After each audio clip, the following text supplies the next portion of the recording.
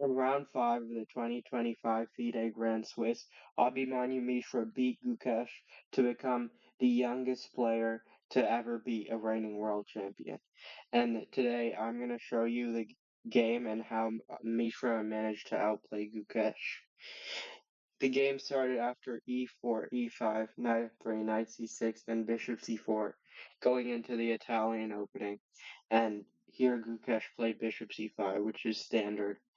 And after d3, knight f6, uh, here Mishra plays a less common move, bishop g5, and Gukesh responds with h6, kicking the bishop to h4. And here, Gukesh plays a6, which is a typical move in any Italian positions, freeing the square on a7 for the bishop and controlling b5. After castles d6, c3, and bishop a7, here Mishra played knight to d2, and this is a key move in the game, g5. Uh, it wasn't really, it was to be expected because the bishop's on h4 and g5 gains a tempo and gives black a lot of play.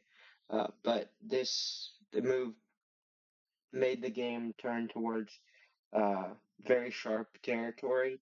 And after bishop g3, knight h7, Mishra breaks in the center with d4. And uh, Gukesh continues his play on the queen side with h5. And here, Mishra makes uh, inaccuracy with the move d takes e5. And here, Stockfish thinks that after h4, uh, black is a little better, or just it's a equal position. But this is not so easy to see over the board because after knight takes, pawn takes, and queen h5, queen e7, bishop takes h4, queen f8, which is the top line of the engine. I'm sure Gukesh probably calculated way more here, but just from this position, you can see it's very complex and it's not really easy to tell if black's gonna be okay here when you're trying to figure it all out from this position. And this is where the first critical mistake of the game happened with g4. And this allowed Mishra to play pawn takes d6, which is given up brilliant by the chess.com review, but after pawn takes f3, takes on c7, and queen e7, the piece doesn't really matter because none of black's pieces, uh, some of black's pieces are just being useless, and the king is just stuck in the center, which is obviously the biggest problem, and the pawn on c7 is going to be annoying forever. And after knight takes f3, Mishra got 2 pawns for the piece, and his position's just much better, so that's why he's actually just winning here, but it's still a very complex position. And after bishop g4, h3, bishop back to e6, here Mishra played bishop d6, and we got queen d7, takes, and e5. So here, king d7 was played. Since there's no good discoveries with the bishop that don't hang this pawn, and the king wasn't gonna castle anyways, king d7 is I mean, what else can you do? Just he's trying to uh, consolidate, but here knight d4 was where a lot of the advantage slipped.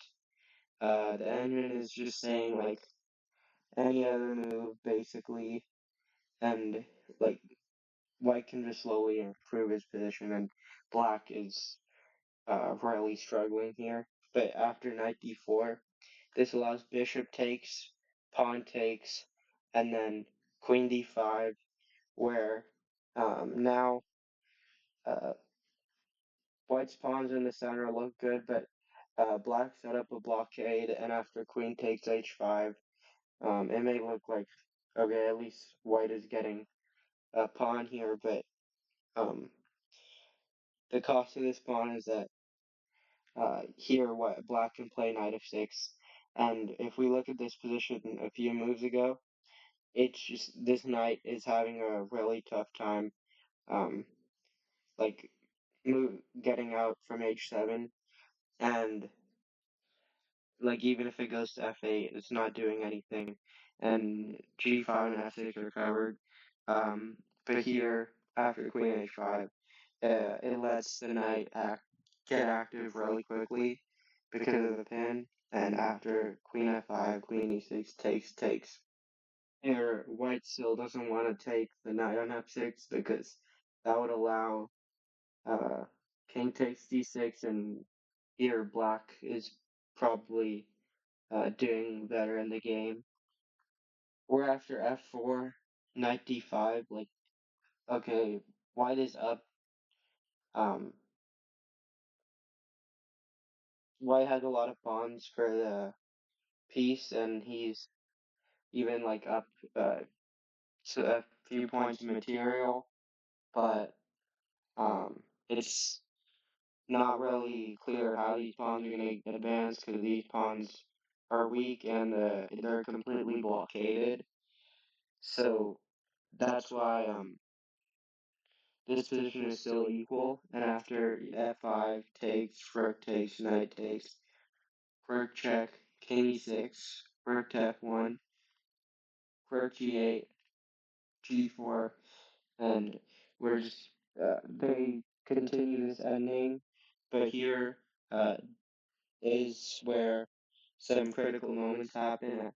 After rook g6, um, the computer is saying that this is a mistake, and it's saying after rook d1 and let's say rook g8 for black, um, white's position is somehow better here, which, I mean, it looks visually like white is probably doing better, but it's not clear the difference. And after rook g6 here, rook f7 is probably like the most natural move in the position. But it's saying that this is a missed opportunity. Uh, and after rook c8, rook d7, rook h6, using the fact that the rook would be hanging if you take. Um, Black wins back all the lost material, and now it's white has 3 pawns for the knight. But the position's still equal after a4, knight d4, bishop c5, and here knight e2 was a mistake. Um, the computer saying here and rook d3 was better. Um, because after, let's see, knight e2 check, king f1, and knight f4, uh, bishop d4, and I guess white's holding on to this pawn, and so rook f3 check, king e1, knight d3, king d2, uh, and knight takes e5. Now that in this uh, position, black gets the pawn, but he gets it uh, with in the end after takes with the king, which allows rook g5 check, and after king e6, rook takes d5. Now white is completely winning, and the position is still like there's still room for error, but um, this is not as difficult as the previous positions, and which is why like this endgame they played it for 15 moves, but uh, here white is winning, and Mishra proved that by converting this endgame pretty flawlessly, and here Frick takes king c1. Uh, the pawn on b2 doesn't really matter. What matters is white's 2 passed pawns that are like almost unstoppable. So they played on, um, and after the G7, uh, rook b4, check, king c3, rook c4, king b3. Here, Gukesh resigned because, um, there's no way to stop the pawns promoting after takes. Let's see, rook takes would win after and then promote. Or if you just like move your rook, yeah, this is one way to win. You just you're gonna promote the pawn, and there's nothing black can do. So this is how Mishra beat Gukesh and set this new record, and it was like a completely crazy game, but in the end, um, Mishra managed to convert this advantage in the end game, um, despite the ups and downs in the opening and middle game. So, thank you for watching. I hope you enjoyed this recap. If you did enjoy, please consider liking and subscribing. See you.